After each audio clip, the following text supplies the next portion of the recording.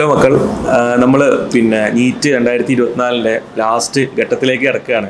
അപ്പോൾ അതിൻ്റെ റാപ്പപ്പ് ആ ഒരു പ്രോസസ്സ് കംപ്ലീറ്റ് ചെയ്യാനും വേണ്ടിയിട്ടാണ് നമ്മൾ ഈ ഒരു വീഡിയോ വന്നിട്ടുള്ളത്. ഈ വീഡിയോൻ്റെ തമ്മിൽ കണ്ടാൽ അറിയാം കുറച്ച് സമയം കൂടുതൽ കാര്യങ്ങളാണ്. അപ്പോൾ നിങ്ങൾക്കറിയാം സമയം ഭയങ്കര ഇമ്പോർട്ടൻ്റ് ആണെന്നുള്ളത്. ഇപ്പോൾ നമ്മളെ കൂടെ ഉള്ളത് തബ്ഷീറാണ്. അപ്പോൾ നിങ്ങൾക്ക് എല്ലാവർക്കും അറിയുന്നുണ്ടാവും, എല്ലാ കാര്യങ്ങളും വളരെ എക്സ്പേർട്ടീസ് ആയിട്ട് നിങ്ങൾക്ക് കാര്യങ്ങൾ പറഞ്ഞു തരുന്നുണ്ടാവും. അപ്പം കുറച്ച് ചോദ്യങ്ങൾ തബ്ഷീറിനോട് ഞാൻ ചോദിക്കുന്നുണ്ടാവും. അതിൻ്റെ ഉത്തരം വളരെ ക്രിസ്പ് ആൻഡ് ക്ലിയർ ആയിട്ട് ഞങ്ങൾക്ക് പറഞ്ഞുതരും. അത് ഈ നീറ്റ് 2024 നിങ്ങൾക്ക് എന്തായാലും യൂസ്ഫുൾ ആവുന്നതിന് ഉറപ്പുണ്ട്. അപ്പം അതിലേക്ക് കിടക്കാം അല്ലേ.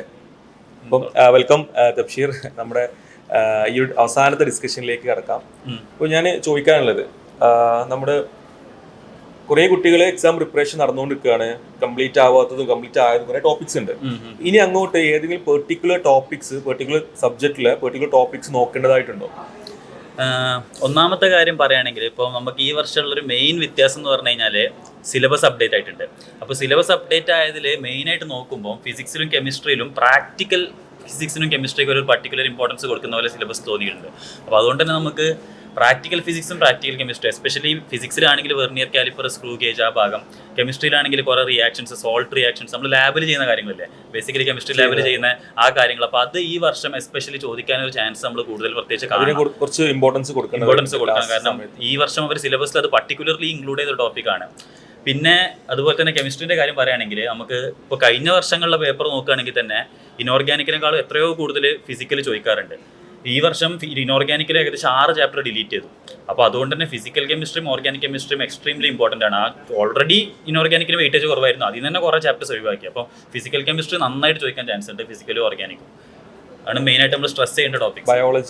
ബയോളജിയിൽ പറയുകയാണെങ്കിൽ ബയോളജിയിൽ നമുക്ക് സാധാരണ വർഷങ്ങളിൽ ചോദിക്കാറ് എപ്പോഴും ജെനറ്റിക്സ്. ഇപ്പോൾ ബയോളജിയിൽ ഇപ്പോൾ ഏറ്റവും ഇമ്പോർട്ടൻറ്റ് 4 ചാപ്റ്റർ ഏതാ നിന്നോട് ചോദിക്കുകയാണെങ്കിൽ ഞാൻ പറയാം, ഒന്ന് molecular base of inheritance, genetics, principles of inheritance and variation, cell cycle and division, അതുപോലെ ബയോടെക്നോളജിയിൽ ഫസ്റ്റ് ചാപ്റ്റർ. ഈ 4 ചാപ്റ്ററിനാണ് നമ്മൾ മൊത്തം 90 ചോദ്യങ്ങളിൽ നിന്ന് ആവറേജ് സ്റ്റാറ്റിസ്റ്റിക്കലി സ്പീക്ക് ചെയ്യുകയാണെങ്കിൽ 24 ചോദ്യം വരെ ചോദിക്കുന്നത് ഈ 4 ചാപ്റ്ററിനാണ്. ഭയങ്കര ഇമ്പോർട്ടൻ്റ് ആണ്. അതായത് മൊത്തം 4-1 ചോദ്യങ്ങൾ നമുക്ക് ഈ 4 ചാപ്റ്റർ മാത്രം പഠിച്ചാൽ സാധാരണ വർഷങ്ങളിൽ അങ്ങനെ ഉണ്ടാവാറ്. അപ്പം ഇൻ കേസ് നമ്മൾ ഏതെങ്കിലും സ്റ്റുഡൻസ് ഈ ടോപ്പിക്സ് പഠിക്കാത്തവരുണ്ടെങ്കിൽ അവർ ഈ സമയത്ത് ഏറ്റവും കൂടുതൽ സ്ട്രെസ് ചെയ്യേണ്ടത് ഈ ടോപ്പിക്സിനായിരിക്കും. ടോപ്പിക്സിൽ പറയുന്ന സമയത്ത് ഞാൻ പിള്ളേരോട് പറഞ്ഞു കൊടുക്കാറുണ്ട്, ഇനി അങ്ങോട്ട് പുതിയ ഏതെങ്കിലും സബ്ജക്റ്റ്, പുതിയ ഏതെങ്കിലും പോർഷൻസ് നോക്കേണ്ടതായിട്ടുണ്ടോ? ഈ അവസാനം ഈ വീഡിയോ ഇറങ്ങുന്ന സമയത്തിൽ ശേഷം ആകെ 1 ഡേ ഉണ്ടാവുള്ളൂ. അത് ആക്ച്വലി ഇപ്പം നമ്മൾ സ്റ്റുഡൻസ് ഇപ്പം ക്രാഷെങ്കിലും അറ്റ്ലീസ്റ്റ് ചെയ്ത സ്റ്റുഡൻസ് ആണെങ്കിൽ ഇനി പുതുതായിട്ടൊന്നും നോക്കാണ്ടിരിക്കുന്നതാണ് നല്ലത്. കാരണം ഇപ്പോൾ ക്രാഷെങ്കിലും ചെയ്തിട്ടുണ്ടെങ്കിൽ അവർ എൻട്രൻസിന് ചോദിക്കുന്ന സാധനങ്ങൾ ഒരുവിധം കവർ ചെയ്യും. റിപ്പീറ്റേഴ്സ് ആണെങ്കിൽ ഒരു വർഷം മൊത്തം അതിന് വേണ്ടി അവരെന്തായാലും പുതിയ കാര്യങ്ങൾ നോക്കണ്ട. കാരണം ഇൻഫാക്ട് നമുക്ക് മോർ നെഗറ്റീവ് ഇതാണ് ഉണ്ടാക്കുക, നമ്മളെ കോൺഫിഡൻസ് ചിലപ്പോൾ കുറക്കും. അപ്പോൾ നമ്മൾ നീറ്റിന് ചോദിക്കുന്ന സാധനങ്ങൾ ഒരുവിധം എല്ലാം നമ്മൾ പഠിച്ചു കഴിഞ്ഞു. അപ്പോൾ അതിൽ ഇനി നമുക്ക് റിവൈസ് ചെയ്യാനുള്ള സാധനങ്ങൾ മാത്രമേ ഉള്ളൂ. ഇനി പുതുതായിട്ടുള്ള സാധനങ്ങളോട് പോകാണ്ടിരിക്കുന്നതായിരിക്കും. അപ്പോൾ ആ ക്വസ്റ്റ്യൻ ഭയങ്കര ക്ലിയർ ആണ്. അപ്പോൾ നിങ്ങൾക്ക് അത് ഭയങ്കര യൂസ്ഫുൾ ആവും. പിന്നെ അടുത്തത് നിങ്ങൾക്ക് ചോദിക്കാനുള്ളത്, ഇപ്പോൾ എല്ലാവരും കഴിഞ്ഞ വർഷമൊക്കെ കുറേ പേര് വന്നിട്ട് സാറേ എനിക്ക് ഞാൻ 160 ക്വസ്റ്റ്യൻസ് അറ്റൻഡ് ചെയ്യാൻ പറ്റിയിട്ടുള്ളൂ, ബാക്കിയുള്ള 20 ക്വസ്റ്റ്യൻ എനിക്കൊരു കൺഫ്യൂഷൻ ആയതുകൊണ്ട് ഞാനത് നെഗറ്റീവ് മാർക്ക് ആവണ്ടെന്ന് വിചാരിച്ച് ഒഴിവാക്കി, 170 കിട്ടിയിട്ടുള്ളൂ. കാരണം അവരൊക്കെ നമ്മൾ നല്ല മാർക്ക് വാങ്ങുമെന്ന് വിചാരിച്ച ആൾക്കാർക്ക് ചെറിയ രീതിയിലുള്ള ടൈം ഡിലേയും അതുപോലെ കുറെ ഇൻവിജിലേറ്റേഴ്സ് ഇഷ്യൂസ് ഒക്കെ വരുന്ന കാരണം ഇങ്ങനത്തെ ഒരു ഇഷ്യൂ വന്നിട്ടുണ്ട്. അപ്പൊ ശരിക്കും എത്ര ക്വസ്റ്റ്യൻസ്, ഇപ്പൊ 200-ൽ 150 ക്വസ്റ്റ്യൻസ് അറ്റൻഡ് ചെയ്താൽ മതി, എത്ര ക്വസ്റ്റ്യൻസ് ഒരു കുട്ടി അറ്റൻഡ് ചെയ്യണം? ഇത് നമ്മളെ എല്ലാ വർഷവും ഉണ്ടാകുന്ന ഒരു കോമൺ പ്രശ്നമാണ്. അതായത് നമ്പർ ഓഫ് ക്വസ്റ്റ്യൻസ് അറ്റൻഡ് ചെയ്യുക. അതായത് നമ്മൾ ബേസിക്കലി ഒരു ഡിസ്ക്രിപ്റ്റീവ് എക്സാമും ഒബ്ജക്റ്റീവ് എക്സാമും ഡിഫറൻസ് അതാണ്. നമ്മുടെ ഫ്രണ്ടിൽ ഓപ്ഷൻ ഉണ്ട്. ഇപ്പം ആസിഫ് പറഞ്ഞ പോലെ 160 ക്വസ്റ്റ്യൻ ഒരു കുട്ടി അറ്റൻഡ് ചെയ്തുള്ളൂ വിചാരിച്ചു. ആ കുട്ടിക്ക് കിട്ടാൻ പോകുന്ന മാക്സിമം മാർക്ക് 640 ആണ്. ലൈക്ക് എല്ലാ ക്വസ്റ്റനും കറക്റ്റ് ആണ്. അതെന്തായാലും ശരിയാകാൻ പോകുന്നില്ല. എല്ലാ ക്വസ്റ്റനും കറക്റ്റ് കിട്ടണം വിചാരിക്കുന്ന ഒരാള് എക്സാം അറ്റൻഡ് ചെയ്യുന്ന സമയത്ത് എന്റെ അഭിപ്രായം പൊതുവെ പറയൽ എല്ലാവരും 170 ക്വസ്റ്റന്റെ മേലെയാണ്. പക്ഷെ എന്നോട് പേഴ്സണൽ ഒപ്പീനിയൻ ചോദിക്കുകയാണെങ്കിൽ ഞാൻ പറയാം 175 മേലെ പോകണം. കാരണം ഇപ്പോൾ 650 ഇപ്പോഴത്തെ കോമ്പറ്റീഷൻ ലെവൽ നമ്മൾ പ്രത്യേകിച്ച് പറയേണ്ട ആവശ്യമില്ല. അപ്പോൾ 650 മാർക്കാണ് ഒരു കുട്ടിക്ക് വേണ്ടെങ്കിൽ 650 മാർക്ക് കിട്ടാൻ ആ കുട്ടി 162 ചോദ്യങ്ങൾ അറ്റൻഡ് ചെയ്യണം. അപ്പോൾ അത് 162 ചോദ്യങ്ങൾ കറക്റ്റ് ആവണം. അപ്പം ഇപ്പോൾ ഒരു കുട്ടിക്ക് അങ്ങനത്തെ ഒരു ഓപ്ഷൻ ഉണ്ടെന്ന് വിചാരിക്കുക. എന്നിട്ട് ആ കുട്ടി 18 ചോദ്യങ്ങൾ ബാക്കിയുണ്ട്. ആ 18 ചോദ്യം ആ കുട്ടിക്ക് അറിയില്ല. പക്ഷെ അതിലൊരു 10 ചോദ്യം കുട്ടി ഗസ് ചെയ്യാൻ ശ്രമിച്ചു. ആ 10 ഞാൻ ഇത് സ്ഥിരമായിട്ട് പറഞ്ഞു കൊടുക്കുന്ന ഒരു എക്സാമ്പിളാണ്. ഈ 10 ക്വസ്റ്റനിൽ നമുക്ക് അറിയാത്ത ക്വസ്റ്റനിൽ 10 3 ശരിയായുള്ളൂ, 7 തെറ്റിയെന്ന് വിചാരിക്കുക. എന്നാൽ പോലും നമുക്കവിടെ 5 മാർക്ക് ലാഭം എക്സ്ട്രാ വരുന്നുണ്ട്. അതായത് ഒന്നുമില്ലായ്മയിൽ നിന്ന് 0 കിട്ടുന്നിടത്താണ് നമുക്ക് 5 മാർക്ക് കിട്ടുന്നത്. അത് 4 ക്വസ്റ്റ്യൻ കറക്റ്റ് ആയാലും 5 10 ആവും, 5 ക്വസ്റ്റ്യൻ കറക്റ്റ് ആയാലും 5 15 ആവും. അതായത് ഓരോ ക്വസ്റ്റ്യനും പിന്നെ കറക്റ്റ് ആവുന്നതിൽ നമ്മളെ മാർക്ക് എക്സ്പോണൻഷ്യലി. പിന്നെ ഈ ഒരു സമയത്ത് തന്നെ ഞാൻ ചോദിക്കുന്നത്, അപ്പം ഇതിന് ഉത്തരം എന്താ വെച്ചാൽ മാക്സിമം ക്വസ്റ്റ്യൻസ് അറ്റൻഡ് ചെയ്യണം. ഒരു സേഫർ സൈഡ് എടുക്കുന്ന രീതിയിൽ തിരിച്ചു പോരാ. ഞാനും പറയാ പിള്ളേരോട് 150 അറ്റൻഡ് ചെയ്യണം പറയാറ്. പിന്നെ അത് അവസാനം സാറ് അന്ന് പറഞ്ഞിട്ട് നെഗറ്റീവ് ആയി എന്നുള്ള ഒരു ചോദ്യം കേൾക്കണമെന്ന് വിചാരിച്ചിട്ട് 175 അതുകൊണ്ട് എന്നോടും ചോദിക്കണം. സത്യം പറഞ്ഞാൽ ഞാൻ ഏത് എക്സാമിന് പോയി കഴിഞ്ഞാൽ ഫുൾ ക്വസ്റ്റ്യൻ അറ്റൻഡ് ചെയ്തു. എൻട്രൻസ് പോയിന്റ് ഓഫ് വ്യൂ അതാണ് ഏറ്റവും നല്ലത്. സ്പെഷ്യലി ഒരു നീറ്റ് റിപ്പീറ്റ് ചെയ്യുന്ന ഒരു ആള് പിന്നെന്തിനാ റിസ്ക് എടുക്കുന്നത്? അത്രയും കഷ്ടപ്പെട്ട് പിന്നെ റിസ്ക് എടുത്ത് ഗവൺമെന്റ് കയറുന്നുള്ള ആ ഒരു പണി എടുത്തിട്ട് പിന്നെ ഒരു ക്വസ്റ്റ്യൻസിന്റെ ഭാഗത്തിൽ പ്രത്യേകിച്ചൊരു പിന്നെ റിസ്ക് എടുക്കണ്ടെന്ന് ഞാൻ പറയുള്ളൂ. പിന്നെ എന്താ വെച്ചാല് പല കുട്ടികളിലും കാണുന്ന ഒരു ട്രെൻഡ്, ഇപ്പൊ നമ്മളൊരു ക്വസ്റ്റ്യൻ അറ്റംപ്റ്റ് ചെയ്യണമെന്ന് അറിയാത്ത ക്വസ്റ്റ്യൻ അറ്റംപ്റ്റ് ചെയ്യണമെന്ന് പറഞ്ഞാൽ നമ്മൾ കണ്ണും പൊട്ടി കറക്കി കുത്തണം എന്നല്ലല്ലോ പറയണത്. ഏകദേശം ഭയങ്കര സേഫ് സൈഡ് നിങ്ങൾക്ക് 100% ഉറപ്പാണെങ്കിൽ മാത്രമേ അത് കുത്തുള്ളൂ. ആ ഒരു ഇതായിരുന്നു. ഇപ്പൊ ഓപ്ഷൻ ഒഴിവാക്കാൻ പറ്റും, ഒരു ഓപ്ഷൻ ഒഴിവാക്കാൻ പറ്റുകയാണെങ്കിൽ തന്നെ എന്തായാലും പോകണം. 2 ഓപ്ഷൻ ഒഴിവാക്കാൻ പറ്റുകയാണെങ്കിൽ ചിന്തിക്കേണ്ട അത് എന്തായാലും കുത്തിരിക്കണം. കാരണം 50% ചാൻസ് നമുക്ക് കറക്റ്റ് ആക്കാൻ പറ്റും. അപ്പൊ ഇത് ഈ ഒരു സമയത്ത് തന്നെ അടുത്ത ചോദ്യം ഞാൻ ചോദിക്കാൻ പോകുന്നപ്പോൾ ദർശൻ എപ്പോഴും പറയാറുണ്ട് MCQയിലെ ഹാക്സുകളും അല്ലെങ്കിൽ MCQ എങ്ങനെയാണ് ഒരു മൾട്ടിപ്പിൾ ചോയ്സ് ക്വസ്റ്റ്യൻസ് അതിന് സയന്റിഫിക്കൽ അപ്രോച്ച് എങ്ങനെയാന്നുള്ളത്. അപ്പൊ അതൊന്ന് കുട്ടികൾക്ക് ഈ ഒരു ലാസ്റ്റ് സമയത്ത് അവർക്ക് യൂസ്ഫുൾ ആവുന്ന രീതിയിൽ ഒന്ന് പറയാം. അതായത് ബേസിക്കലി ഇത്രേ ഉള്ളൂ. അത് നമ്മൾ പല രീതിയിൽ നമ്മൾ ഡിസ്കസ് ചെയ്ത കാര്യങ്ങളാണ്. ഇപ്പം ഓൺലൈൻ ആയിട്ടാണെങ്കിലും ഓഫ്ലൈൻ ആയിട്ടാണെങ്കിലും അതൊന്ന് ക്രിസ്പായിട്ട് പെട്ടെന്ന് പറയാം. ഇപ്പൊ കഴിഞ്ഞ ക്വസ്റ്റിന്റെ ഒരു എക്സ്റ്റൻഷൻ ആയിട്ട് തന്നെ എടുക്കുക. അപ്പോൾ 10 ക്വസ്റ്റൻ നമുക്ക് അറിയാത്ത ക്വസ്റ്റൻ ഉണ്ടെന്നായിരിക്കാം. അപ്പോൾ ഈ 10 ക്വസ്റ്റൻ നമുക്ക് അറ്റംപ്റ്റ് ചെയ്യണം. ഇത് അറ്റംപ്റ്റ് ചെയ്യുമ്പോൾ ഫിസിക്സിലാണെങ്കിൽ ബേസിക്കലി നമ്മൾ യൂസ് ചെയ്യല് ഏറ്റവും യൂസ്ഫുൾ ആയിട്ടുള്ളത് 2 ട്രിക്സ് ആണ്. ഒന്ന് ഡയമെൻഷനും ഒന്ന് ഡീജനറൈസിംഗ് MCQ എന്ന് പറയും. അപ്പോൾ ഡയമെൻഷൻ എന്ന് പറഞ്ഞു കഴിഞ്ഞാൽ ഇപ്പം ലൈക്ക് നമ്മളിപ്പോൾ ഒരു ക്വസ്റ്റ്യൻ വിടാൻ വിചാരിച്ചു, കാരണം ആ ക്വസ്റ്റ്യൻക്ക് നേരിട്ട് ചെയ്യാൻ അറിയില്ല. പക്ഷേ അത് ചെയ്യാൻ എന്താ പറയുക, ആ ചാപ്റ്ററിലെ കോൺസെപ്റ്റ് മാത്രമല്ല, അത് വേറെ പല രീതിയിൽ നമുക്ക് ചെയ്യാൻ പറ്റുന്നുണ്ടാവും. അപ്പോൾ ഒരുപാട് വലിയ രീതിയിൽ എഴുതിയിട്ട് ലാസ്റ്റ് നമ്മളോട് ചോദിക്കുന്നത് ഫോഴ്സ് ഈസ് സിമ്പിൾ. അപ്പം അത് ലോസ് ഓഫ് മോഷൻ ഉള്ള ക്വസ്റ്റൻ എന്ന് വിചാരിച്ചിട്ട് ചിലപ്പോൾ കുട്ടിയെ കുറെ പുള്ളിയും കാര്യങ്ങളൊക്കെ കാണും വിടും. പക്ഷെ 4 ഓപ്ഷനിൽ ഫോഴ്സിന് ഡയമെൻഷനിൽ ഒറ്റ ഓപ്ഷൻ ഉണ്ടാവുള്ളൂ. അപ്പൊ അതാണ് ബേസിക്കലി ഒരു ഡയമെൻഷൻ വെച്ചിട്ട് ചെയ്യുന്നതാണ് നമ്മുടെ ഫിസിക്സ് ഒരു ട്രിക്ക്. രണ്ടാമത്തെ സാധനം ഡീജനറലൈസിംഗ് MCQ എന്ന് പറഞ്ഞാൽ, അതായത് ഇപ്പൊ നമുക്ക് ഒരു ജനറൽ കേസ് തന്നിട്ടുണ്ട്. അപ്പൊ ജനറൽ കേസിന്റെ ആൻസറിൽ നമുക്ക് ചെയ്യാൻ അറിയുന്നുണ്ടാവില്ല. അപ്പോൾ അടുത്തും കൂടി എയിംസിൽ പോയപ്പോൾ ഒരു കുട്ടീനോട് ഒരു ഡൗട്ട് ചോദിച്ചിരുന്നു. അത് തന്നെ ക്വസ്റ്റൻ ഭയങ്കര കോംപ്ലിക്കേറ്റഡ് ആണ്, കുറെ ഇന്റഗ്രേഷനും കാര്യങ്ങളൊക്കെ വെച്ചിട്ടാണ്. പക്ഷെ അതിൽ സിമ്പിൾ ആയിട്ട് നമുക്ക് അറിയുന്ന രീതിയിലോട്ട് ആ ക്വസ്റ്റൻ മാറ്റാം. ഇപ്പോൾ ആക്സലറേഷൻ ഇക്വൽ 0 മാസ് ഇക്വൽ 0 എന്തെങ്കിലും കൊടുത്തു കഴിഞ്ഞാൽ നമുക്ക് അറിയുന്ന രീതിയിലോട്ട് മാറ്റാൻ പറ്റും. അപ്പോൾ അതാണ് ബേസിക്കലി നമ്മൾ ഫിസിക്സിൽ യൂസ് ചെയ്യുന്ന 2. ഇനി ബയോളജിനെ കുറിച്ച് പറയുകയാണെങ്കിൽ, ബയോളജിയിൽ എപ്പോഴും നമുക്ക് ചെയ്യാനുള്ളത് ഓപ്ഷൻ എലിമിനേഷൻ ആണ്. അപ്പോൾ നമുക്ക് അറിയില്ല എന്ന് വിചാരിക്കുന്ന ഒരു ക്വസ്റ്റനെ ഇപ്പോൾ നമുക്ക് അതിനിപ്പോൾ പല രീതികളുണ്ട്. അതായത് ഇപ്പം നമ്മളെപ്പോഴും പറയാറുണ്ട് ഇൻസ്റ്റിങ്ക്റ്റിന്റെ കാര്യം. ഞാനിപ്പോൾ റീസെന്റ് ക്ലാസ്സിൽ കുട്ടികളുടെ കയറി ഇൻസ്റ്റിങ്ക്റ്റ് ബേസിക്കലി എന്താണെന്നുള്ള എല്ലാവർക്കും അറിയുന്നുണ്ടാവും. നമ്മൾ ചിലപ്പോൾ ഒരു ക്വസ്റ്റൻ വായിച്ചു കഴിഞ്ഞിട്ട് നമുക്ക് അതിന്റെ ആൻസർ കറക്റ്റ് അറിയുന്നുണ്ടാവില്ല. പക്ഷെ പെട്ടെന്ന് ഒരു സാധനം ഇതാണ് ആൻസർ നമ്മുടെ മൈൻഡിലോട്ട് അങ്ങനെ വരും. എക്സാം എഴുതി എല്ലാവർക്കും, എനിക്കാണെങ്കിലും നിനക്കാണെങ്കിലും എഴുതി എക്സാം എഴുതിയ ആർക്കാണെങ്കിലും ആ സാധനം ഉണ്ടാവും. അപ്പം അത് കറക്റ്റായ ഒരുപാട് പേരുണ്ടാവും. ഇനി ഇൻസ്റ്റിങ്ക്റ്റ് വന്നിട്ട് ഇൻസ്റ്റിങ്ക്റ്റിനെ വിശ്വസിക്കാണ്ട് തിരിച്ച് വന്നിട്ട് ആൻസർ നോക്കും അതന്നെയാന്ന് കണ്ടിട്ട് കുറ്റബോധം അടിച്ച ഒരുപാട് പേരുണ്ടാവും. അപ്പം അങ്ങനത്തെ ഒരുപാട് സ്റ്റുഡൻസ് ഉണ്ടാവും. അപ്പോൾ ഇൻസ്റ്റിങ്ക്റ്റ് അങ്ങനത്തെ സാധനം എന്ന് പറഞ്ഞു കഴിഞ്ഞാൽ ഇതിന് സയന്റിഫിക്കലി ഉള്ള സാധനമാണ്. അപ്പം ഇൻസ്റ്റിങ്ക്ട്സ് നിങ്ങൾക്ക് വരികയാണ്, ഇതാണ് ആൻസർ എന്ന് പെട്ടെന്ന് ക്വസ്റ്റൻ വായിച്ചു കഴിയുമ്പോൾ നിങ്ങളെ കണ്ണൊരു ഓപ്ഷനിലോട്ട് സ്ട്രൈക്ക് ആകുന്നുണ്ടെങ്കിൽ അത് നിങ്ങളുടെ സബ് കോൺഷ്യസ് ബ്രെയിൻ നിങ്ങളെ സഹായിക്കാൻ ട്രൈ ചെയ്യുന്ന രീതിയിൽ അത് മാർക്ക് ചെയ്യാം. ഒരു 75% ആൻസർ കറക്റ്റ് ആവുള്ള. കാരണം ഇത് എല്ലാവരും സ്വന്തം പേഴ്സണൽ എക്സ്പീരിയൻസ് വെച്ച് നോക്കിയാൽ മതി. ആ സാധനം വന്ന സാധനം അങ്ങനെ ഇൻസ്റ്റിങ്ക്ട്സ് ആയിട്ട് തോന്നുന്ന സാധനങ്ങൾ അധികം കറക്റ്റ് ആയിരിക്കും. അതാണ് നമുക്ക് ബയോളജിയിൽ മെയിൻ ആയിട്ട് പറയാനുള്ള ട്രിക്സ്. പിന്നെ നമുക്ക് എന്താ പറയാ, ഇപ്പം ഓപ്ഷൻ എലിമിനേഷനിൽ തന്നെ 2 ഓപ്ഷൻ ഒഴിവാക്കി കഴിഞ്ഞാൽ ബാക്കി 2 ഓപ്ഷൻ അങ്ങനെ മാർക്ക് ചെയ്യും. അത് ഭയങ്കര കോമൺ ആയിട്ട് MCQ എക്സാമിൽ കാണുന്നതാണ്. കാരണം എക്സാമിന് ഒരു ക്വസ്റ്റൻ ഇടുമ്പോൾ 4 ഓപ്ഷൻസിൽ 2 ഓപ്ഷൻസ് പെട്ടെന്ന് എലിമിനേറ്റ് ചെയ്യാൻ പറ്റും. അടുത്ത 2 ഓപ്ഷൻസ് എന്ത് ചെയ്യുന്നുള്ളതിൽ അപ്പോൾ ഞാൻ എപ്പോഴും പറയാറുണ്ട്, അതായത് ഈ 2 ഓപ്ഷനിൽ ആൻസർ ഏതാകും എന്നാണ് നമ്മൾ എപ്പോഴും ആലോചിക്കുക. അത് അങ്ങനെ ആലോചിക്കുമ്പോഴാണ് നമുക്ക് കൺഫ്യൂഷൻ വരുന്നത്. അതിന് പകരം ഇതിൽ ഏതാണ് ആൻസർ ആകാതിരിക്കുക, ഏറ്റവും കൂടുതൽ ആവാതിരിക്കാൻ ചാൻസ് ഉള്ളത് ആ രീതിയിൽ തോട്ട് പോകണം. അപ്പൊ നമുക്ക് പെട്ടെന്ന് ആൻസർ കറക്റ്റ് ആയിട്ട് മാർക്ക് ചെയ്യാം. എപ്പോഴും ഇതാണോ ആൻസർ എന്ന് ആലോചിക്കുന്നതിന് പകരം ഇത് ആൻസർ ആകാണ്ടിരിക്കാൻ എത്ര സാധ്യത ഉണ്ട് എന്നുള്ള രീതിയിൽ ആലോചിക്കുക. അപ്പം അതൊക്കെയാണ് ബേസിക്കലി നമ്മൾ MCQ എക്സാം ചെയ്യേണ്ട ട്രിക്സിന്റെ കാര്യങ്ങൾ. അപ്പം അത് ഓക്കെയാണ്. അപ്പൊ ഈ അവസാനത്തെ സമയത്ത് ഈ ഒരു ഭയങ്കര യൂസ്ഫുൾ ആവും കുട്ടികൾക്ക് അല്ലേ. ഇപ്പം അത് +2 കഴിഞ്ഞ ആൾക്കാരാണെങ്കിലും മാക്സിമം മാർക്ക് സ്കോർ ചെയ്യാനും റിപ്പീറ്റേഴ്സിൽ ഈ ഒരു കൺഫ്യൂഷൻ നിൽക്കുന്ന കുറെ പേരുണ്ട്. അതിപ്പോ നമ്മൾ പറഞ്ഞ പോലെ തന്നെ ഇപ്പൊ 140 ക്വസ്റ്റൻ അറിയുന്നുണ്ടെങ്കിൽ അവിടെ ഒന്നും നമുക്ക് ട്രിക്സിന്റെ ആവശ്യമില്ല. നമുക്ക് അറിയാത്ത ക്വസ്റ്റൻ നമ്മൾ എങ്ങനെ കറക്റ്റ് ആക്കുന്നുള്ള സ്ഥലത്താണ് മാക്സിമം നമ്പർ ഓഫ് ക്വസ്റ്റൻസ് എങ്ങനെ അറ്റൻഡ് ചെയ്യാന്നുള്ളത്. അത് അറ്റൻഡ് ചെയ്യണമെങ്കിൽ നിങ്ങൾക്ക് കൺഫ്യൂഷൻ ഉള്ള ക്വസ്റ്റൻസ് ഈ രീതിയിൽ എന്ത് ചെയ്യാം, ചിന്തിക്കാം. കുറച്ച് മാറിയിട്ട് ചിന്തിക്കാം. നമ്മൾ പഠിച്ചത് വെച്ചിട്ട് തന്നെ അങ്ങനെ ചിന്തിക്കുന്നതിന് പകരം കുറച്ച് വ്യത്യസ്തമായിട്ട് ചിന്തിക്കാം. ഇനി അടുത്തൊരു സംഭവമാണ് നമ്മൾ അടുത്തൊരു ക്വസ്റ്റ്യൻ ആയിട്ട് ചോദിക്കുന്നത്. പിന്നെ ഇപ്പം എക്സാം ഹാളിൽ കയറിയാല് കുറെ ടെൻഷനും കുറെ കാര്യങ്ങളൊക്കെ ഉണ്ടാവും. കുട്ടികൾക്ക് എക്സാം എങ്ങനെ അപ്രോച്ച് ചെയ്യണം, ഏത് ആദ്യം തുടങ്ങണം, പിന്നെ ബബിൾ എപ്പോൾ ചെയ്യണം, പിന്നെ അതുപോലെ തന്നെ അവിടെ സമയത്ത് അവിടുത്തെ ഒരു സൈക്കോളജി ഉണ്ട്. ഇതെങ്ങനെയാണ് ആ സമയത്ത് കുട്ടികൾ മാനേജ് ചെയ്യുക? അത് മാനേജ് ചെയ്താൽ തന്നെ ഓൾമോസ്റ്റ് കുറെ സ്കോറിന്റെ കൂടുതൽ മാനേജ് ചെയ്താൽ. അപ്പൊ അത് എങ്ങനെയാണ് ഒരു അപ്രോച്ച് ഉള്ളത്? അത് ബേസിക്കലി എന്ന് വെച്ചാൽ നമുക്കിപ്പം നമ്മൾ ഈ ഒരു വർഷം മൊത്തം പഠിച്ചതിന്റെ ആഫ്റ്റർ എഫക്റ്റ് മൊത്തം കാണിക്കാൻ പോകുന്ന ആ ഒരു 3.5 മണിക്കൂർ ഒറ്റ എക്സാം ആണ്. നമ്മള് ക്യൂമുലേറ്റീവ് എക്സാം അങ്ങനത്തെ കാര്യങ്ങളൊന്നുമല്ല. അപ്പോൾ ബേസിക്കലി എന്താന്ന് പറഞ്ഞു കഴിഞ്ഞാൽ നമ്മളിപ്പം എനിക്ക് അതിൽ സിമ്പിളായിട്ട് ഒറ്റ വാക്കിൽ ഉത്തരം പറയുകയാണെങ്കിൽ ഞാൻ പറയാം, ഇതുവരെ നിങ്ങൾ ചെയ്തത് എന്താണോ അതന്നെ കണ്ടിന്യൂ ചെയ്യാം. അപ്പോൾ എപ്പോൾ ബബിൾ ചെയ്യണമെന്ന് ചോദിച്ചല്ലോ. അപ്പോൾ പൊതുവേ ഒരു 80% സ്റ്റുഡൻസ്, ഞാൻ സ്റ്റുഡൻസിനോട് ഇന്ററാക്ട് ചെയ്യാൻ മനസ്സിലായ ഒരു കാര്യം, 80% സ്റ്റുഡൻസും ഒരു ക്വസ്റ്റ്യൻ വായിച്ച് 1 C 2 B അങ്ങനെ മാർക്ക് ചെയ്ത് പോകുന്നവരാണ്. പക്ഷെ ഞാൻ അങ്ങനെയല്ല. ഞാൻ എന്ന് പറഞ്ഞു കഴിഞ്ഞാൽ ഫിസിക്സ് മൊത്തം കഴിഞ്ഞിട്ട് ഫിസിക്സ് ഒരുമിച്ച് മാർക്ക് ചെയ്യാറാണ്, കെമിസ്ട്രി മൊത്തം കഴിഞ്ഞിട്ട് അങ്ങനെ. അപ്പം അത് ഇതിൽ one method superior to other അങ്ങനെയല്ല. നിങ്ങൾക്ക് ഏതാണോ ഏറ്റവും എഫക്റ്റീവ് ആയിട്ട് തോന്നുന്നത് ആ മെത്തേഡ് തന്നെ ഫോളോ. ഇപ്പൊ ഇത്രയും കാലം നിങ്ങൾ എല്ലാ ക്വസ്റ്റിനും ഒരുമിച്ചാണ് മാർക്ക് ചെയ്യുന്നതെങ്കിൽ ഇനി അതന്നെ കണ്ടിന്യൂ ചെയ്യാം. ലാസ്റ്റ് മിനിറ്റ് ചേഞ്ചസ് അത് വരുത്താണ്ടിരിക്കുക. നമ്മൾ മോക്ക് ടെസ്റ്റിൽ എന്താണോ പ്രാക്ടീസ് ചെയ്തത് അത് തന്നെ ചെയ്തുകൊണ്ടിരിക്കാം. പിന്നെ നമുക്ക് പറയാനുള്ളൊരു കാര്യം, എക്സാമുകളിൽ ഏത് സബ്ജക്ട് വെച്ച് തുടങ്ങണം എന്നുള്ളത്.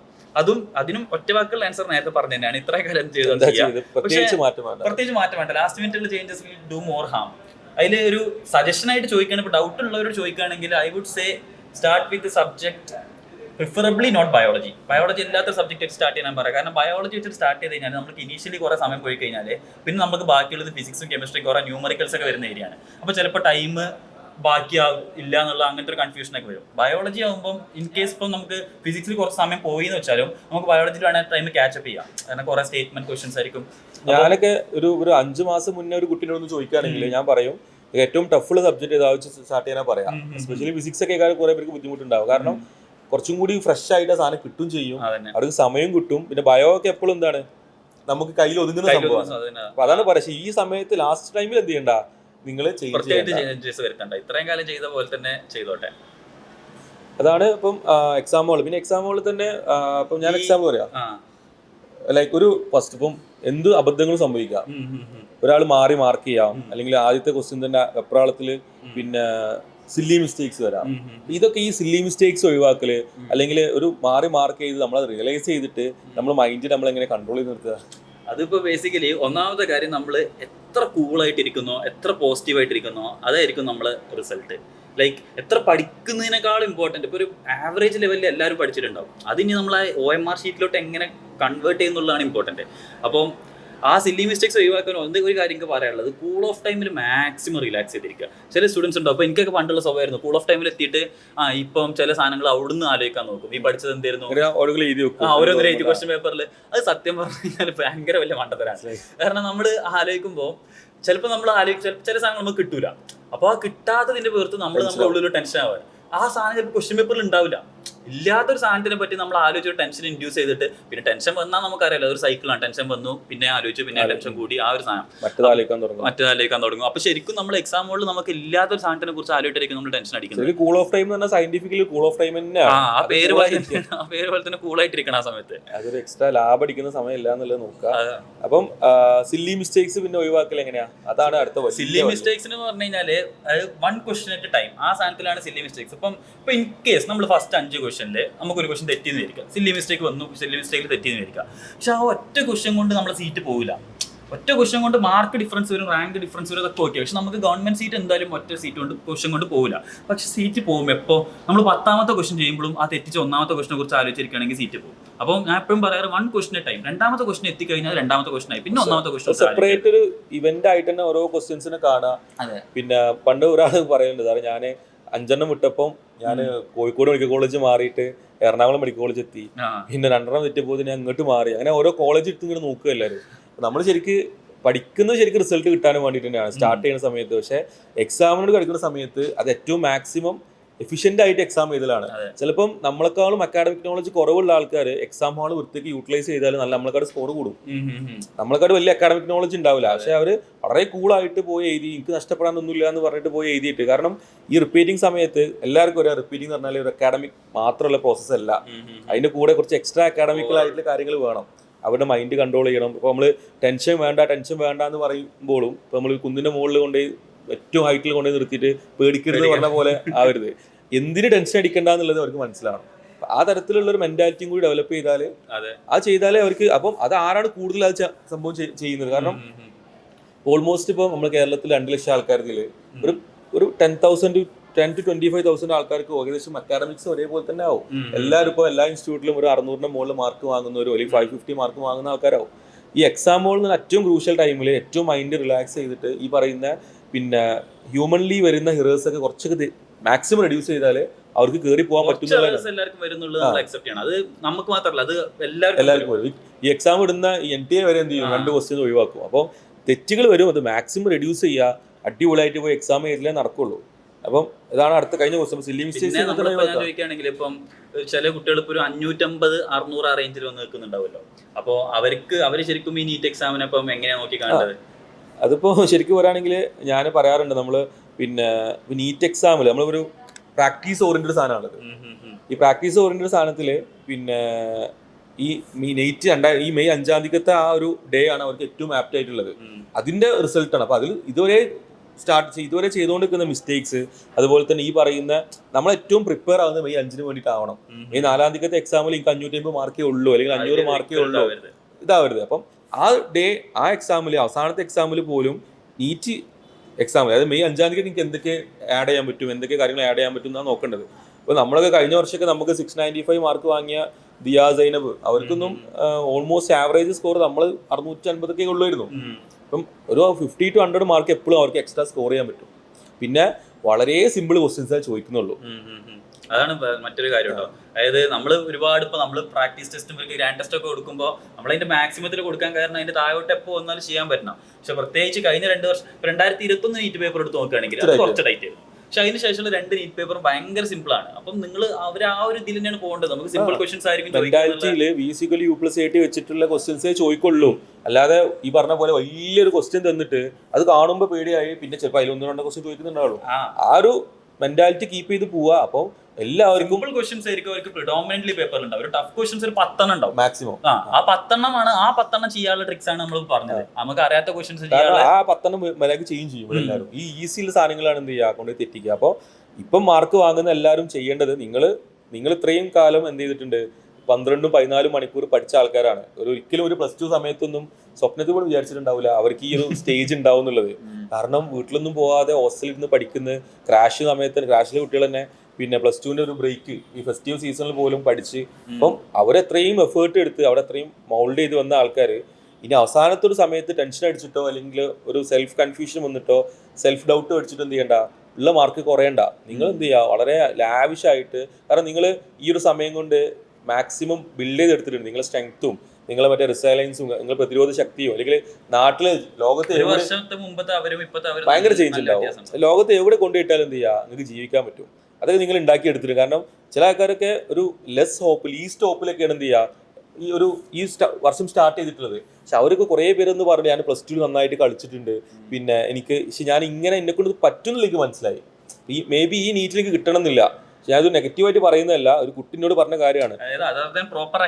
ഒരുപാട് ക്വാളിറ്റീസ് ഇമ്പ്രൂവ് ചെയ്തു. അതുപോലെ പേഴ്സണാലിറ്റിയിൽ എന്ത് ചെയ്തു, അവർ കുറെ ചേഞ്ച് വന്നിട്ട്. അപ്പം വളരെ പോസിറ്റീവായിട്ട് എന്ത് ചെയ്യുക. കാരണം നിങ്ങളെ ഇപ്പൊ ഇത് എല്ലാവരെയും കൺഫ്യൂഷൻ എന്താ, കിട്ടുമോ കിട്ടാതിരിക്കലാണ് എന്ത് ചെയ്യുക കൂടുതൽ പെർസെൻറ്റേജ് ഉള്ളത്. അതിനൊരു മാത്തമാറ്റിക്കൽ എടുക്കുകയാണെന്നുണ്ടെങ്കിൽ അവർക്ക് ഏറ്റവും പേടി എന്താണ്, ആൾക്കാർ എന്ത് വിചാരിക്കുന്നുള്ളത് തന്നെ ആവും. കാരണം അവർ സെൽഫായിട്ട് എന്ത് ചെയ്തിട്ടുണ്ട്, റിയലൈസ് ചെയ്തിട്ടുണ്ട് അവരെ കൊണ്ട് ഇതൊക്കെ പറ്റുന്നുള്ളത്. പിന്നെ അവർക്കുള്ള പേടി എന്താ, ആൾക്കാർ എന്ത് പറയുന്നുള്ളത്. പക്ഷെ നിങ്ങൾ ഒറ്റ കാര്യം ആലോചിച്ചാൽ മതി, ഇതേപോലത്തെ ഒരു എൻട്രൻസ് പ്രിപ്പയർ ചെയ്ത ആൾക്കാർ നിങ്ങൾ കുറ്റപ്പെടുത്താൻ പോകുന്നില്ല. കാരണം ഇതിന്റെ ഏറ്റവും പ്രശ്നങ്ങളും അവർ അറിഞ്ഞിട്ടുണ്ടാവും. പിന്നെ കുറ്റം പറയുന്ന ആൾക്കാർ നിങ്ങളോളം ഇല്ലാത്ത ആൾക്കാർ തന്നെ ആവും. അപ്പൊ അതുകൊണ്ട് എന്ത് ചെയ്യുക, അത് പുച്ഛിച്ച് ഒഴിവാക്കാന്നുള്ളത് തന്നെ പറയാനുള്ളത്.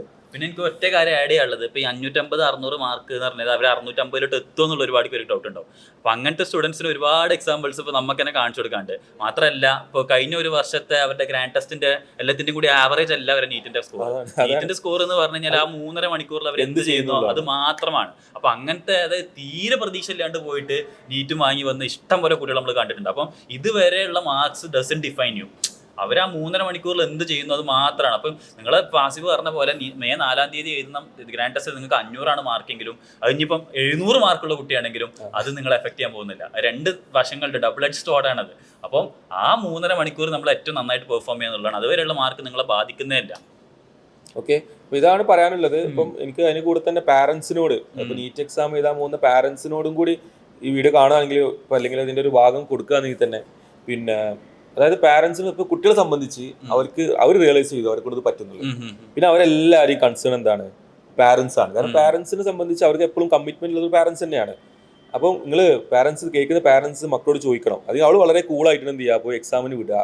നിങ്ങൾ എന്ത് കിട്ടിയാലും കുഴപ്പമില്ല, കാരണം നീ ഇത്രത്തോളം പിന്നെ ചെയ്തല്ലോ, അല്ലെങ്കിൽ ഒരു കൊല്ലം വീട്ടിൽ നിന്ന് മാറി നിന്ന് കുഴപ്പമില്ലാത്തൊരു ആവറേജ് ഫുഡും കഴിച്ച് പിന്നെ ഈ ഫെസ്റ്റിവൽ സീസണിലൊന്നും വീട്ടിലേക്ക് വരാതെ അവർ ഒരു +2 അവരും അല്ലെങ്കിൽ അതിന് മുന്നത്തെ അവർ ഇപ്പോൾ നമ്മളെ ചേഞ്ച് അവർക്ക് മനസ്സിലായി. നമ്മളിപ്പോ ഈ പെരുന്നാളിലും വിഷുവിനും പോയപ്പോ ഞാൻ നോക്കുമ്പോൾ ക്ലാസ് ഫുള്ള് കുട്ടിയും പോയിട്ടില്ല. അപ്പൊ അതാ പറയുന്നത്. അപ്പൊ അത്രയും പാരന്റ്സിന് ഭയങ്കരമായിട്ട് എന്ത് ചെയ്യുക, അഭിമാനിക്കാൻ പറ്റും. കാരണം പിന്നെ ഇപ്പോഴത്തെ കാലത്ത് കുട്ടികൾക്ക് നമ്മൾ വലിയ വലുതായെന്ന് പറയുന്നില്ല, ഇപ്പം ഈ യങ് ആയിട്ടുള്ള ആൾക്കാർക്ക് അവരുടെ ഡ്രീം എന്താണ്, അവരെന്താവണമെന്ന് വിളിച്ചു വരാൻ ഭയങ്കര പേടിയാണ്.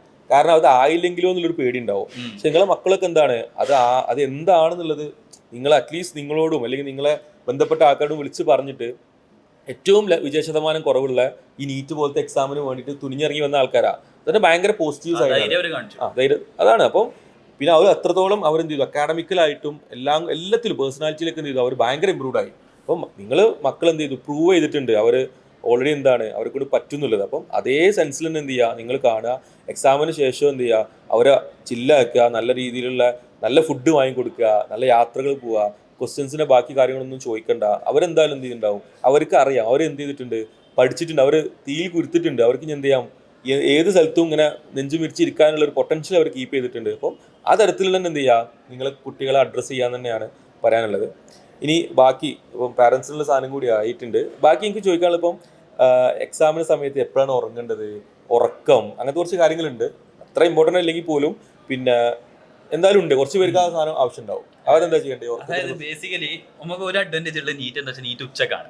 അപ്പോൾ രാവിലെ ഇനിയിപ്പോൾ കുറച്ച് ലേറ്റ് ആയിട്ട് നീക്കുന്നവരാണെങ്കിൽ ഒരു കുഴപ്പമില്ല. നമുക്ക് ബേസിക്കലി നമുക്ക് വർക്ക് ചെയ്യാൻ ഇപ്പം നമ്മൾ സാധാരണ പറയും 8 to 10 hours ഗുഡ് സ്ലീപ്പ് വേണം, ക്വാളിറ്റി സ്ലീപ്പ് വേണം, അങ്ങനെയാണെങ്കിൽ നമ്മുടെ ബ്രെയിൻ വർക്ക് ചെയ്യുള്ളൂ എന്നുള്ള കാര്യം. അതൊക്കെ എന്ന് പറഞ്ഞു കഴിഞ്ഞാൽ ഐഡിയൽ സിറ്റുവേഷൻ ആണ്. ഇപ്പം ഇൻ കേസ് നമുക്കിപ്പം പലരും രാത്രി പഠിക്കുന്നവരായിരിക്കും, ചിലർക്ക് അത് മാത്രമല്ല നമ്മൾ ഒരു ലൈഫ് ഡിറ്റർമൈനിങ് എക്സാം ആയതുകൊണ്ട് തന്നെ പലർക്കും ആങ്സൈറ്റി ഉണ്ടാവും. ആങ്സൈറ്റി വരുന്നത് നോർമലാണ്. ആങ്സൈറ്റി വന്നു കഴിഞ്ഞാൽ ഉറങ്ങാൻ പറ്റില്ല. അത് നോർമലി ഉള്ളൊരു സാധനമാണ്, വളരെ കോമൺ ആയിട്ട് സ്റ്റുഡൻസിൻ്റെ ഇടയിൽ കാണുന്ന ഒരു സാധനമാണ്. അപ്പോൾ ഇതിന് എനിക്ക് ഒറ്റ കാര്യം പറയാനുള്ളൂ. ഞാൻ എൻ്റെ സ്വന്തം എക്സാമ്പിൾ എടുത്ത് പറയുകയാണെങ്കിൽ ഞാൻ +2 വരെ അല്ലെങ്കിൽ ഒരു സെക്കൻഡ് ഇയർ തേർഡ് ഇയർ വരെയുള്ള എല്ലാ എക്സാമിനും ഞാൻ തലേന്ന് ഉറങ്ങാണ്ടാറാണ്. നമുക്കറിയാലോ, രാത്രി ഉറങ്ങാണ്ട് പഠിക്കുന്ന സ്വഭാവമാണല്ലോ നമുക്ക്. മറ്റെന്താ പറയുക, അങ്ങനെ രാത്രി ഉറങ്ങാണ്ട് എക്സാമിന് പോയിട്ടും ഒരു പ്രശ്നം ഉണ്ടായിട്ടില്ല. നമ്മളെ എൻട്രൻസും ക്വാളിഫൈ ചെയ്ത് എക്സാമും പാസ് ചെയ്യണം, എല്ലാം ഉണ്ടായിട്ടുണ്ട്.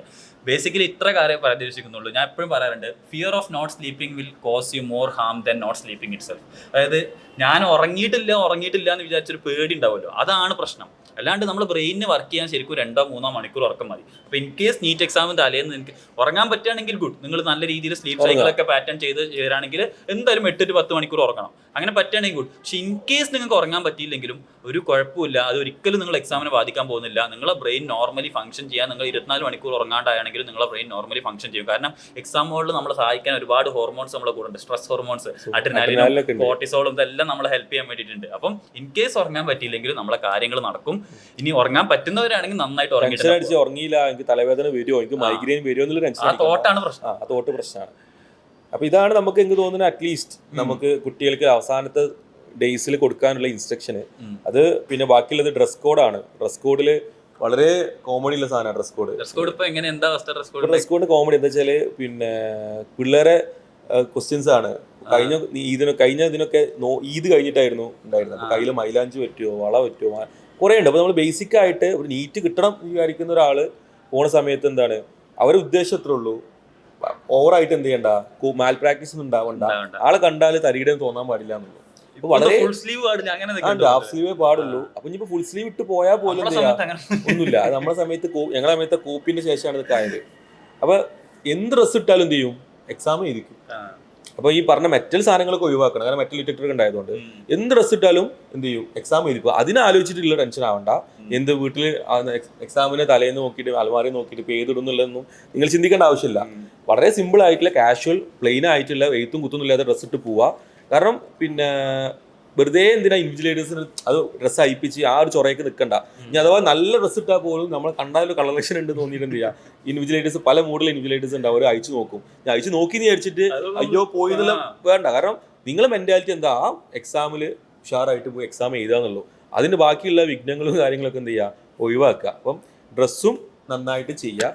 പിന്നെ ബാക്കി ഇത്രേ ഉള്ളൂ. അപ്പോൾ ഞാൻ ചോദിക്കേണ്ടത് ഇത്രേ ഉള്ളൂ. ഞാൻ എപ്പോഴും കുട്ടികളോട് പറയാറുണ്ട്. അപ്പോൾ സബ്ഷീറിനെ കൂടെ അഭിപ്രായം ചോദിക്കാം. നമ്മൾ ഫിനിഷ് വാട്ട് യുവർ സ്റ്റാർട്ടഡ് എന്ന് പറഞ്ഞു. കുട്ടികളൊക്കെ ഒരു ഫിനിഷ് ഒരു സാധനം തുടങ്ങി വെച്ചതാണ് ഇപ്പോൾ. പിന്നെ അതിൽ ഈ നീറ്റിന് തന്നെ പിന്നെ ആ ലക്ഷ്യസ്ഥാനത്ത് എത്തുന്ന ആൾക്കാരും ഉണ്ടാവും, എത്താത്ത ആൾക്കാരും ഉണ്ടാവും, ഡെഫിനറ്റ്ലി പ്രാക്ടിക്കലായിട്ട് പറയുന്ന സമയത്ത്. അപ്പം പിന്നെ നമ്മളൊരു സ്വപ്നം കണ്ട് നിങ്ങളെ കൊണ്ട് ചെയ്യാൻ പറ്റും എന്ന് തോന്നിയ ആൾക്കാരാണ് എല്ലാവരും. അപ്പം അത് ആ ഒരു ജേണി നിങ്ങൾ എന്ത് ചെയ്യണം, കംപ്ലീറ്റ് ചെയ്യണം എന്ന് ഞാൻ പറയാറുണ്ട്. അപ്പം അങ്ങനത്തെ ആൾക്കാരോട്, അതായത് പിന്നെ എക്സാം എഴുതാൻ പോകുന്ന ആൾക്കാരോട് എനിക്ക് പറയാനുള്ള ഏറ്റവും ലാസ്റ്റ് അഡ്വൈസ് എന്താ? ലാസ്റ്റ് അഡ്വൈസ് തന്നെ സിമ്പിളാണ്. അതായത് ഇതുവരെ ഒരു വർഷം നമ്മൾ വർക്ക് ചെയ്തു, അപ്പം അതിന് നമ്മൾ ബ്രെയിനിനെ ഒരുപാട് നമ്മൾ എന്താ പറയുക ഒരുപാട് വർക്ക് കൊടുത്തു, നമ്മൾ കുറേ സാച്ചുറേറ്റ് ചെയ്തു. അപ്പോൾ ഇതെല്ലാം ആകുമ്പം ഇപ്പോൾ ലാസ്റ്റ് മിനിറ്റ് ചിലപ്പോൾ കോമൺ ആയിട്ടുണ്ടാവുന്ന സാധനമാണ്, എല്ലാം കൂടി ഒരു ക്ലൗഡിങ് വരും, ഒരു ക്ലൗഡിങ് ഓഫ് മെമ്മറി വരും. നമ്മൾ ഇത്രയും കാലം എനിക്കെല്ലാം ഓർമ്മ ഉണ്ട്, ഇപ്പം എനിക്കൊന്നും ഓർമ്മയില്ല എന്നുള്ള അങ്ങനെ ഒരു സംഭവം ഇല്ല. കാരണം നമ്മൾ ഒരിക്കൽ സാധനം പഠിച്ചു, നമ്മളൊരു എക്സാമിന് അത് ഓർമ്മ ഉണ്ടെങ്കിൽ അത് നീറ്റ് എക്സാമിന് ഓർമ്മ ഉണ്ടാവും. ചിലപ്പം പക്ഷെ നമുക്ക് ബ്രെയിനിന് അതെല്ലാം കൂടി ഇതായിട്ട് അങ്ങനെ ഓർമ്മ ഇല്ല എന്നുള്ളൊരു കാര്യം നമുക്കൊരു തോട്ട് വരും. പക്ഷെ അത് എക്സാമുകളിൽ എത്തിക്കഴിഞ്ഞാൽ ക്വസ്റ്റ്യൻ കാണുന്ന സമയത്ത് നമ്മൾ ബ്രെയിൻ എന്ത് ചെയ്യും, നമ്മൾ അത് കാണിച്ചു തരും. അപ്പം തലേന്ന് അങ്ങനെ ഒരു തോട്ട് നിങ്ങൾക്ക് വരികയാണെങ്കിൽ ഞാൻ എല്ലാം മറന്നു പോയല്ലോ എന്ന് വിചാരിക്കുകയാണെങ്കിൽ നിങ്ങൾക്ക് മനസ്സിലാക്കുക അത് ഫിസിയോളജിക്കലാണ്. അത് എല്ലാവർക്കും, എനിക്ക് മാത്രമല്ല, അത് എല്ലാവർക്കും ഉണ്ടാകുന്ന തോട്ടാണ്.